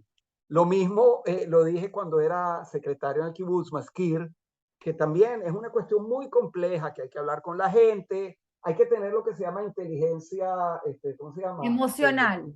Emocional. Eso yo tengo la habilidad de hablar con la gente, convencerlos, traerlos a que colaboren conmigo, también cuando hay choque de ideas, pero hay algunos que nunca pude convencer. Y en el kibutz, cuando eso pasó, al final también, bueno, me agradecieron esto, pero unos no me agradecieron. Y decía, si X, Y, Z no me agradecen, quiere decir que hice un buen trabajo, porque yo estoy totalmente en desacuerdo con todo eso. Y sobre todo siempre se trata de gente que no está dispuesta, o sea, muchas veces, por ejemplo, aquí en la universidad, eso te lo comenté, que cuando yo vine, empecé de decano, entonces había aquí una serie de profesores que con muchos años acá y que se habían agarrado para hacer algunos privilegios que a mí me parecían exagerados con respecto a los otros. Y yo le dije, mira, esos privilegios especiales, eso se acabó, porque yo necesito esos recursos para traer gente nueva, eso es lo que más me interesó como decano. Yo te lo comenté así. La Facultad de Humanidades en la Universidad de Tel Aviv está en el centro del campus. Y cuando empezó la universidad, era la facultad más importante. Aquí estaba la gente que más influía, la gente que llevaba el liderazgo, pero con los años eso se fue debilitando. Y yo me tomé, mi meta era volver a crear una situación en que la Facultad de Humanidades no solamente está en el centro desde el punto de vista físico del campus, sino también desde el punto de vista académico, intelectual. Y eso no es fácil porque estamos en una época en que las humanidades no son muy populares en el mundo, ¿no? Pero a mí me ayudó aquí mucho el hecho, como te dije, primero que tenía muy buen contacto con el rector y con el presidente, que ellos, uno es físico y otro es químico, pero yo como científico hablaba el mismo lenguaje que ellos. Además también con la gente de La Plata, yo hablaba el mismo lenguaje porque me sabía todos los números de memoria y no me podían caribear, como dicen en Venezuela, ¿no? Entonces, pero yo también creé una serie de marcos en los cuales los estudiantes de las ciencias estudian también humanidades y los estudiantes de humanidades estudian materias científicas o adquieren habilidades de programación y cosas así. Y como ya lo dije al principio de la charla, esa idea no la inventé yo, sino que la copié más o menos de la Universidad Simón Bolívar, en donde eso se hacía, se pensaba que era importante para los científicos y para los ingenieros tener cierta preparación más allá de la preparación técnica. Y yo tuve la suerte de que como había una constelación muy buena de decanos y de rector y también el vicerrector y también el presidente, pudimos avanzar eso. No es que, o sea, ahora un científico estudia mitad, hay algunos que estudian mitad y mitad, por cierto, pero todo ingeniero tiene que agarrar aquí algunos cursos de humanidades. Bueno, yo vi eso como un logro importante y otro logro importante que venía junto con eso era que no redujeran a la facultad, porque la habían reducido en muchos lugares y durante esos 5 años trajimos aquí gente joven de la mejor calidad que habían hecho doctorados en Harvard, en Princeton, en Berkeley y también en lugares europeos donde la... Y bueno, yo siempre, eso sí me enorgulleció de que habíamos adaptado una cantidad de gente joven, aunque tiene que saber, gente joven aquí en la universidad quiere decir entre 35 y 40 años, o sea, no estamos hablando de niños, sino gente que ya desarrolló su carrera y que los pudimos incorporar a la facultad y bueno, hacer de esta facultad una facultad que tiene un nivel muy alto, muy bueno. No es que antes no lo tuviera del todo, pero no era, tengo que decir que no era lo más importante. Para mí y para el rector era muy importante y lo hicimos. Y bueno, me Es alegro de... maravilloso porque al final demuestras que las ciencias y las humanidades se complementan y no deben estar peleadas. Así que es Para mí nunca lo excelente. estuvieron, gracias al Moral y Luces y gracias a la Universidad Simón Bolívar, y así seguí toda mi vida. Nunca vi que hubiera, o sea, para mí nunca lo hubo, ¿no? Nunca vi esa separación. Claro, yo tuve la suerte en eso, como en otras cosas, de que tuve los marcos que me le permitieron hacer, porque un instituto de historia de la ciencia y la filosofía no existe en todos lados. Claro. Aquí existía y además me dieron la oportunidad de incorporarme como profesor. Entonces yo durante los casi 40 años que he estado relacionado con este instituto, donde precisamente estoy sentado aquí en la silla de la secretaria, porque aquí había buena conexión de internet, tuve la oportunidad de desarrollar esos intereses tanto en las humanidades como en la ciencia. Publiqué cosas relacionadas con la ciencia, publiqué también muchas cosas humanidades propias, como yo tengo un libro que escribí aquí en hebreo sobre Borges y su literatura. Yo traduje, había traducido a Vargas Llosa, ahorita traduje a Alejo Carpentier. Eso lo puedo hacer porque estoy en un marco que me lo permite. Y eso, no, eso, bueno, eso me vino, eso es sacarse la lotería. Y Bueno, además, vemos el storytelling que eres maravilloso. sí, aquí me llaman aquí el Master Storyteller, porque yo sé contar cuentos. Entonces, y digo, y además tuve la oportunidad y la suerte de trabajar con algunos amigos en el campo tecnológico que me permitían hacerlo, bueno, 21 días por semana, 22, lo que tú quieras. A mí me decían, lo que tú quieras, hazlo. Eso fue bueno y te conté un cuento muy especial, bueno, no sé cuánto tiempo tengamos todavía para No, hablar. no, por favor, quiero Oh, quiero que menciones, porque sea lo que vas a venir, es muy sí, importante sí, este logro, ¿no? De esta empresa que vas a sí, contar ahora, pero quiero también acotar aquí el hecho de la importancia que tiene para ti la juventud y relacionarte con esta gente joven que también te permitió tener esa visión de pegarte a esta empresa que llevaban estos muchachos, entre comillas, ¿no? Como bien lo dijiste, 35, 40 años, pero sí. que te permitió ligarte como asesor. Por favor, cuéntanos acerca de esa Bueno, te lo maravilla. cuento. Sí, sí, como dices, siempre a mí me gusta trabajar con gente joven y en la universidad todas mis conexiones aquí son con la gente joven y con los estudiantes. Siempre me ha gustado. Tengo por cierto que decir que ahora que volví a cantar en el coro, en un coro muy bueno que yo canto aquí en Israel, uno de los problemas o de los minus o downside es que yo soy uno de los más jóvenes, así que imagínate, Wow. coros aquí no es una cosa que a los jóvenes les gusta mucho, pero en el año 2002 tuve la suerte, bueno, la suerte y las conexiones, porque en este país hay que tener conexiones, ¿no? Si tú tienes conexiones, hay cosas que se te arreglan. Y a mí conexiones no me faltan porque las tengo desde el kibutz, desde el ejército, desde la universidad, desde IMC, de todos lados. Entonces, se formó una conexión entre mía con un grupo de 5 jóvenes que habían recientemente terminado su servicio militar. Su servicio militar lo habían hecho en una de esas unidades súper secretas y súper tecnológicas del ejército sobre las que se habla mucho hoy en día y de las cuales han salido muchas empresas importantes, como Checkpoint, por ejemplo, eso es muy conocido.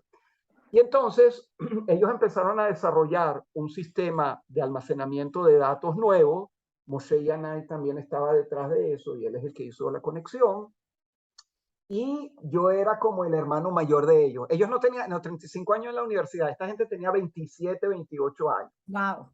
Entonces cuando íbamos a comer era muy cómico, yo ya tenía 50, hablábamos 50, sí, no, empecé a ver, sí, a 48 creo, no me acuerdo, eso fue en el 2002.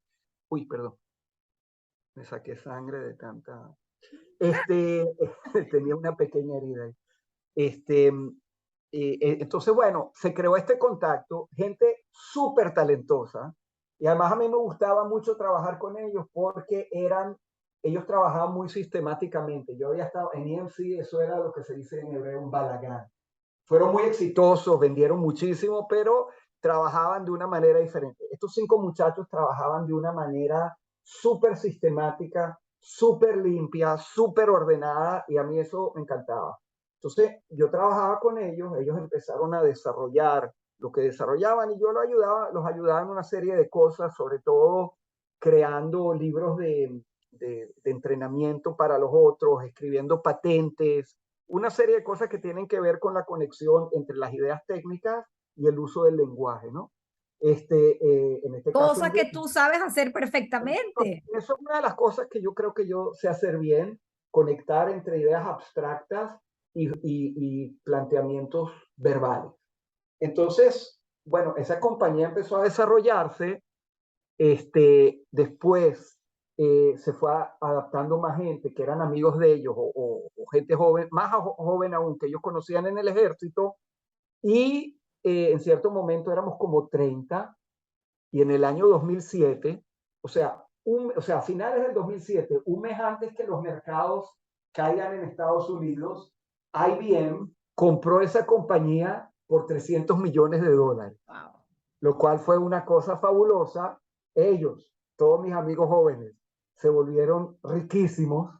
Y bueno, yo como participante no me volví riquísimo, pero vamos a decir que eso me ayudó un poquito en la cuenta corriente que tenía yo en el banco, ¿no? Y bueno, fue una gran experiencia, fue una maravilla. Y bueno, después yo me separé de ellos porque me fui a otras cosas. Pero como te conté, curiosamente, estas 2 últimas semanas hemos vuelto a tener contacto. Ellos tienen unas ideas fabulosas de hacer en muchos campos, que no viene el caso de explicar ahora porque está solamente empezando, pero yo como estoy cerca de retirarme, yo me tengo que retirar a fin de este año o del próximo. Cuéntanos un poco el tema de la jubilación, porque también me Ya te, llama mucho la sí, atención. ya te lo explico, pero lo que pasa ahora es que puede ser, no sé, que o sea, bueno, vamos a decirlo así, la jubilación en Israel, en el mundo académico es mandatoria. O sea, tú no puedes escoger retirar, ya me podría haber retirado, pero no puedes ir allá más de los 68 años. O sea, el año que tú cumples 68, ese año al final te retiras. Entonces yo me tendría que retirar a finales del 24. Pero como tengo ahí unos sabáticos acumulados y tal, también me puedo retirar a fin de este año, todavía no lo he decidido. El asunto es que cuando tú te retiras de la universidad, eso quiere decir básicamente, sobre todo en los campos en los que yo trabajo, que no requieren laboratorios ni nada de eso, sino que lo requiero es la biblioteca, las conexiones internacionales, por supuesto el Internet y todo eso. Yo voy a poder seguir haciendo lo que hago hoy, pero sin ninguna obligación, sin que me vengan a preguntar qué es lo que he hecho, qué es lo que no he hecho, no tengo que dar clases, aunque más adelante puedo, si quiero, voluntarizarme. No creo que lo vaya a hacer, pues llevo 50 años dando clases y yo creo que ya, aunque me gusta, me sigue gustando, pero... Y entonces voy a tener que decidir qué es lo que voy a hacer. Entonces, bueno, yo supongo que voy a seguir por lo menos parcialmente en mis investigaciones. Tengo muchas ideas de cosas que quisiera hacer, pero puede ser que haga otras cosas también. Pienso seguir en mi coro donde estoy ahorita. Pienso, si algo sale con estos muchachos que ya no son tan jóvenes, o sea, son jóvenes con respecto a mí, pero ya están entre 47 y 50 años, ha crecido, todos crecemos, ellos también, pero me encantaría volver a trabajar con ellos. No sé si se va a dar o no. Por ahora estamos en tentativas, vamos a ver, porque podría ser muy interesante. Ellos siempre están en el cutting edge de la tecnología. Ellos nunca hacen cosas que otra gente ha hecho. Ellos siempre, they go their own way. Y por eso es que tuvieron tanto éxito en XIV en 2008 y bueno, otras cosas, pero no estoy seguro, mira, no sé, hay otras cosas que se cuelan por ahí, o si no, bueno, me retiro como se retira cualquier persona y me voy a cuidar a los nietos todos los días. Exacto, era lo que te iba a decir. Igual tienes pues todavía Sí, esta labor interesante que haces en tu familia y hoy sí, en día extendido a ser abuelo. sí, nosotros le dedicamos mucho tiempo a los nietos, lo cual es, yo te mostré una foto por ahí donde les estoy enseñando a tocar cuatro.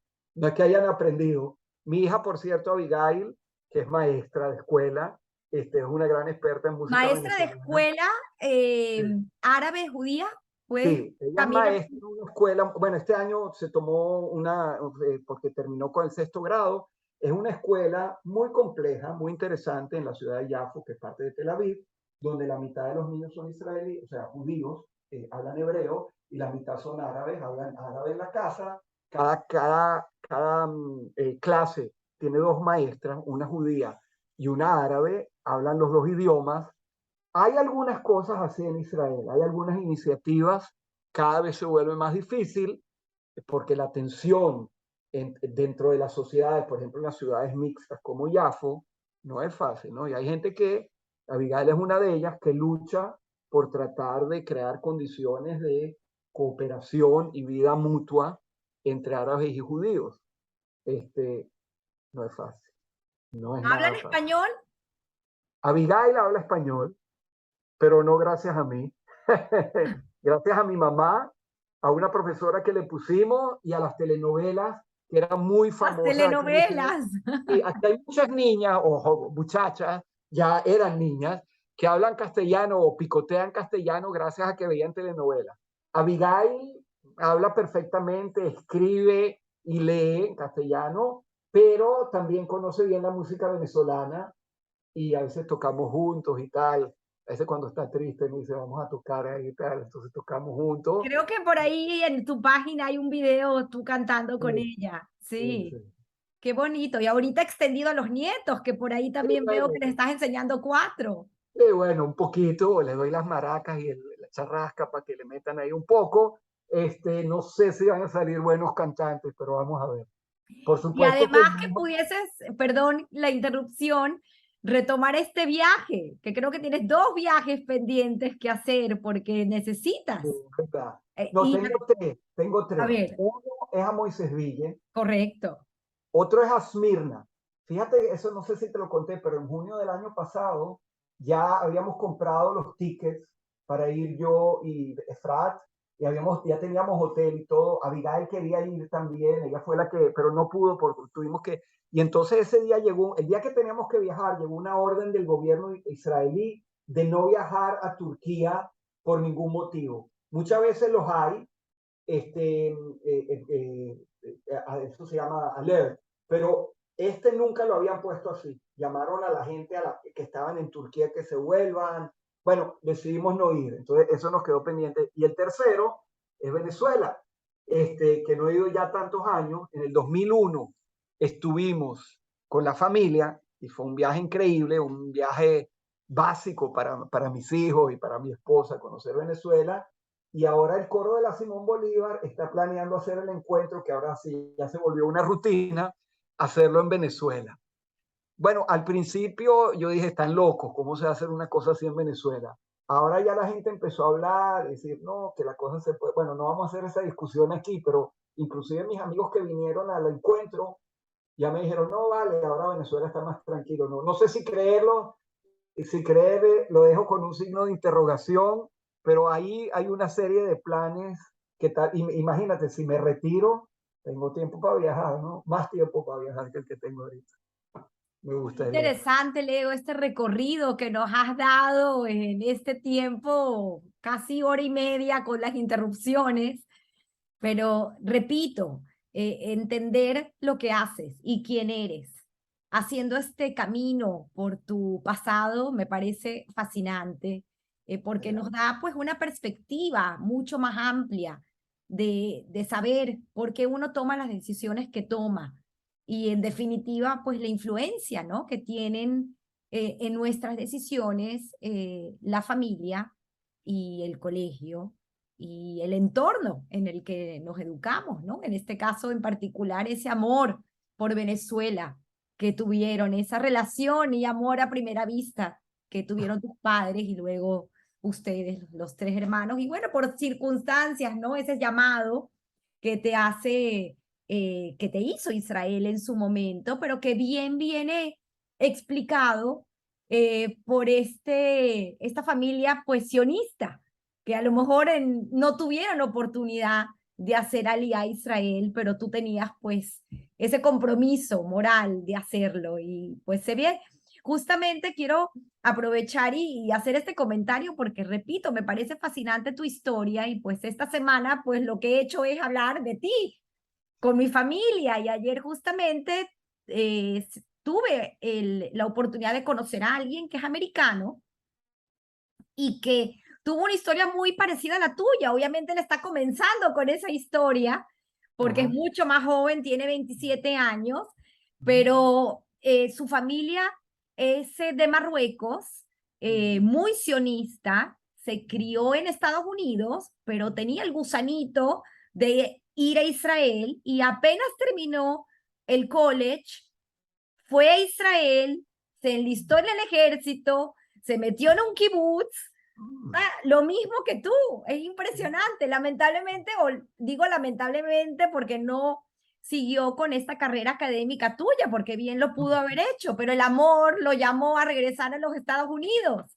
Entonces es increíble cómo la vida pues te va poniendo estos retos de dónde arraigarte y estos caminos y esta toma de decisión. Por eso es que me parece fascinante estos viajes y cosa que me mencionaste de Vargas Llosa, que también investigué, yo no sabía que él tenía este libro Israel-Palestina que escribió en 2005 y que probablemente donde me comentas que él hizo aquel comentario, si quieres por favor compártelo donde... Este, bueno, yo podría decir lo siguiente, tal vez un poco más general sobre Israel y luego conectarlo, porque yo he vivido aquí 45 años. Estos han sido años donde el país ha cambiado profundamente, al país al que yo vine y el país donde había las cosas a las que yo estoy conectada, pues yo estoy obviamente tremendamente conectado al país. Yo conozco el país de cabo a rabo, lo he caminado prácticamente casi todo, no es tan difícil porque el país no es tan grande, conozco la literatura, la música, todo lo que se da acá, pero han habido una serie de procesos que, bueno, en las últimas elecciones se manifestaron de cierta manera. Este es mi país, yo no voy para ningún lado, pues, nosotros estamos acá, pero, bueno, uno vive uno vive cambios y todo eso, pero lo que no ha cambiado en Israel, y creo que no cambiará, es que este es un país sumamente interesante. Tan interesante que a veces lo interesante lo cansa a uno. O sea, uno quisiera, yo no quiero decir países con nombres, pero hay algunos países donde lo más grave o lo más interesante que ha pasado una semana es que hubo una lluvia fuerte o algo así. Aquí tú te fatiga la cantidad de cosas que pasan y la cantidad de cosas diferentes en muchos campos. Y una de las cosas más interesantes, a eso se refería Vargas Llosa, es la gente que hay en este país, ¿no? Vargas Llosa decía, no sé si en ese libro o en otro, porque una vez también, como tradujo un libro de él, estuvimos en correspondencia, a lo mejor me lo dijo cuando me escribió, no me acuerdo, pero es una frase que me agarró muy fuerte porque todo el que vive en Israel la conoce bien, que tú puedes ir por la calle y sabes que cualquier persona que viene enfrente tuya tiene un cuento Wow. que podría escribir 3 novelas sobre él.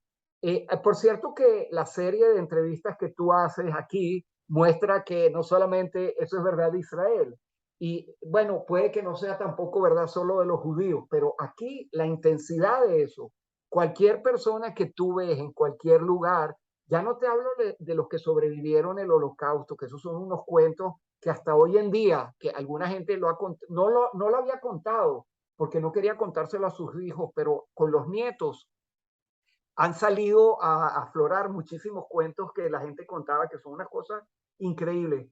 Pero no te estoy hablando solo de eso, porque de eso podríamos llenar también, pero cualquier persona, ¿no? Aquí la gente es muy interesante y uno no se cansa de escuchar los cuentos de cada una de las personas. Y repito la importancia de saber de dónde venimos, la importancia de conocer nuestra identidad. Es maravilloso y pues obviamente ese gran amplio espectro de dónde venimos los judíos, pues lo hace pues Y por cierto, notoriamente sin diferente. duda. Para hacer un punto más interesante que te conté y se me olvidó contarte, es Sammy Corry, que lo dejamos en el aire, ¿no? Entonces podría ser una buena manera de cerrar el círculo. Nosotros en toda nuestra vida nunca supimos nada de Sammy Corry, mis padres no estaban en contacto con él.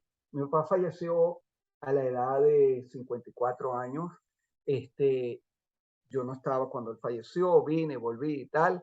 Y a la vuelta, en una de las vueltas, decidí que yo iba a buscar a Sammy Corry, porque nosotros teníamos la idea de que él estaba en Inglaterra.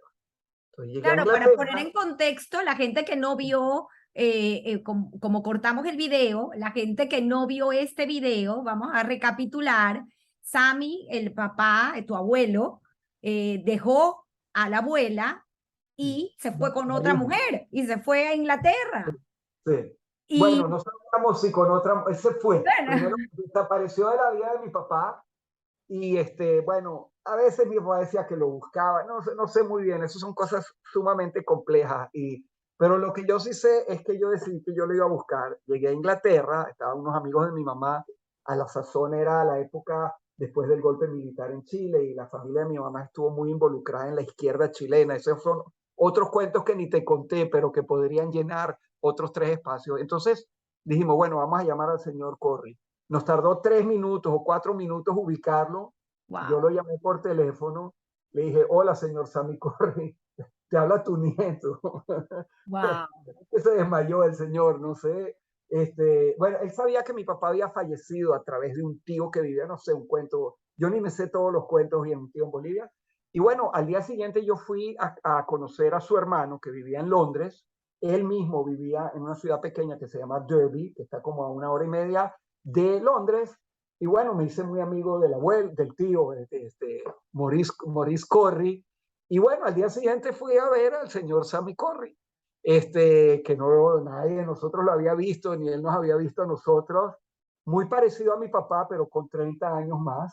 Y te bueno, una pregunté si tan negrito. tan negrito como mi papá, los mismos dedos, todo lo mismo, Wow. y manejaba como mi papá, que tenía manejaba como mi papá. Además de eso, entonces me llevó a su casa, se había casado hacía un tiempo, bastante tiempo ya, con una señora de la edad de mi mamá, y bueno, hubo un conocimiento, después mi hermana Sarita vino a visitar y después mi mamá se hizo muy amiga de la esposa de Sammy Corry, bueno, no sé cuánto amiga, pero con correspondencia. Después mi hermano José en Miami se hizo amigo del hijo de León, que era un poco mayor que nosotros. Pero bueno, no, la familia Corry es otro cuento muy interesante, nunca, excepto con Morris Corry, que mi mamá siguió teniendo contacto. Nosotros eso, o sea, eso se puede ver como una tragedia. Para mi papá probablemente fue una cosa muy significativa y por lo tanto también para nosotros, pero no directamente. Nosotros pero yo creo que también es cierto para mis hermanos, vemos eso con una mezcla de ironía, no sé, no simpatía, pero gracia. Mi papá sufrió, por supuesto, por eso, pero después conocer a Sammy Corry, bueno, eso es un cuento separado, pero fue cerrar un ciclo de por sí, ¿no? Una cuestión muy irónica, muy, no sé, la comentamos entre nosotros de varias maneras. Depende del día que nos Increíble, porque agarre, ¿no es cierto? al final creo que es no las cosas que te pasan, sino tu actitud ante ellas. Y creo que ahí demuestra pues un gran aprendizaje y Sí, tomar lo mejor al final sí, sí, de sí. cada situación, porque no somos dueños de las decisiones de nuestros No, padres o a veces de las circunstancias. no, Eh, no, no. Muy interesante, de verdad que agradecidísima, Gracias. pero quiero por favor, porque hemos hablado mucho de la suerte y me Sí, has hablado mucho de la suerte en tu vida, sí.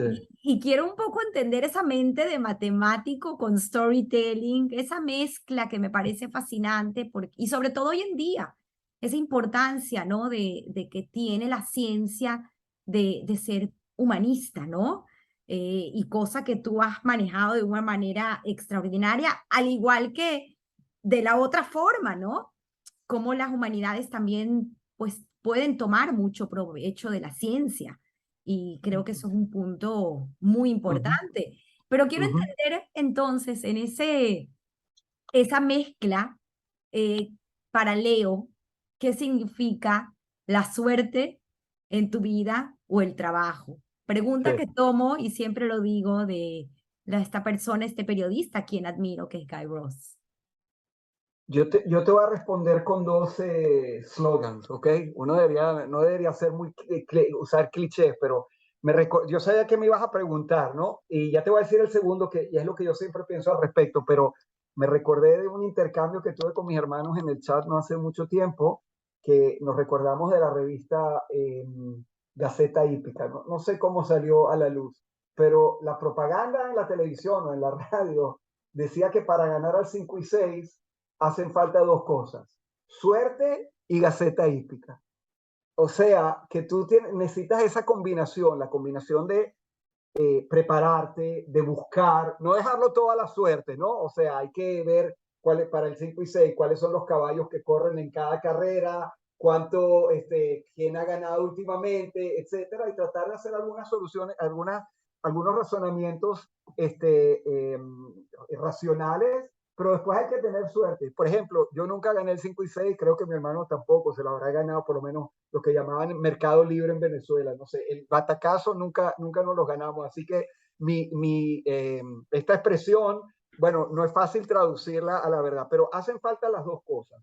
Y en hebreo, lo he oído y me gusta repetirlo ante otra gente, es lo siguiente, que ganarse la lotería es muy difícil, o sea, matemáticamente es casi imposible, pero siempre hay alguien que se la gana, ¿no? Entonces, sacarse la lotería es muy difícil, pero si te la quieres sacar, tienes que comprar el billete.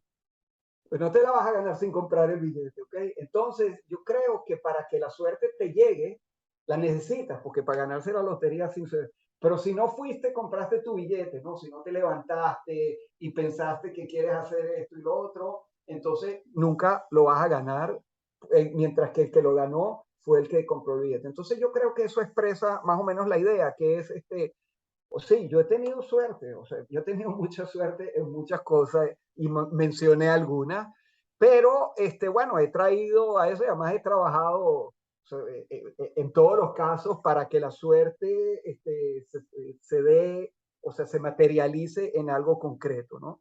Hay que tener suerte, hay que estar en el lugar correcto, a la hora correcta, con la gente correcta. Eso se llama suerte. Pero también, como lo decía, hay un industrial muy famoso aquí que hizo también mucha plata con la alta tecnología. Le preguntan ese tipo de preguntas. Él dice, la suerte, pero lo que es importante es que si la diosa Fortuna toca en tu puerta un día, no estés precisamente ese día en el baño cerrado, porque no le vas a poder abrir la puerta. Entonces hay que estar ahí cuando la suerte llegue y para eso hay que trabajar duro. Y así como te tocó estar con Efrat, quien es tu compañera de 40 años, ¿no? Se empujó la suerte ahí un poquito, pero maravilloso. Voy a leerte algunos de los comentarios. Okay. De verdad que es fascinante ver la gente que ha estado aquí y que tiene cosas bellísimas para decirte. Por cierto, quiero irme arriba porque alguien te preguntó que si el tema de la jubilación es solamente para los académicos o para todas las Es profesiones. para el servicio Creo que lo público. preguntó Vicky Budic. Sí, es para el servicio público en general. Nosotros somos parte del servicio público, nosotros somos empleados públicos. Hay algunos casos que reciben excepciones. En Israel hay excepción para todo, pero básicamente es algo que vale para el servicio público y de manera muy particular y estricta para los profesores universitarios. Hicimos una reflexión cuando conversamos fuera de cámara, fuera de estar en vivo, acerca del tema de darle oportunidad. Es una manera de darle oportunidad a jóvenes que estén en los puestos y de no mantener ese monopolio, ¿no? Creo que es un punto de reflexión. Es interesante. Voy aquí a leerte algunos de los comentarios. Irene Presner dice, desde el Colegio del Este hasta nuestros días, un genio. Siempre brillaste, orgullo para nuestra comunidad y para Israel. Dice Ben Mamán José, muy agradable la entrevista y muy espontánea. Starosta Claudia, saludos de Simón y de mi parte. Gracias, Claudia, también tiene una interesantísima historia que contar. Muy interesante tu historia familiar, repite Claudia, y todos tus proyectos. Muchos saludos. Sigo por aquí leyendo. Sara Serfati Garzón, gracias Sara, desde el principio, desde las 10 de la mañana está conectada contigo. Dice, Me muy disculpo agradecida. por los problemas técnicos que no pudimos. No hay problema, por aquí igual pudimos disfrutarte. Dice, muy agradecida por esta entrevista, toda mi admiración, Leo.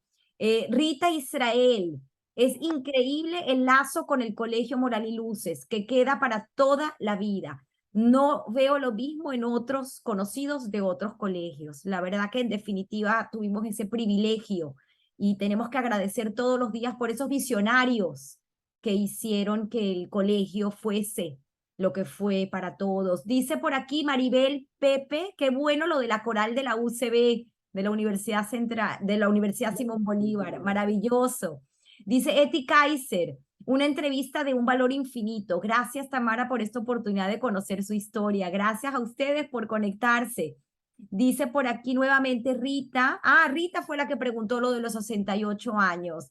Si para jubilarse, la edad de 68 para jubilarse en Israel solo para los académicos o todos los profesionales. Ya lo No, conversamos. todos los que trabajan en servicio público. Sí.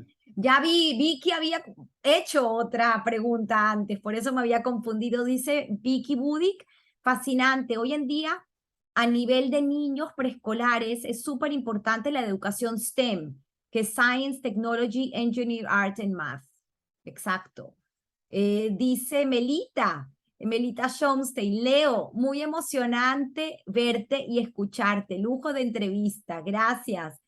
Perlita Sultán, que no se acabe esta entrevista, maravilloso, me encanta. Déjame decir una cosa, yo estoy seguro que Perlita Sultán venía en el autobús 6 y ¡Wow! también entraba muy temprano, creo que a veces se atrasaba un poquito, tengo que decir, pero es una de las figuras que recuerdo de la ruta del autobús 6, que me corrija ella si yo lo que dije no es correcto.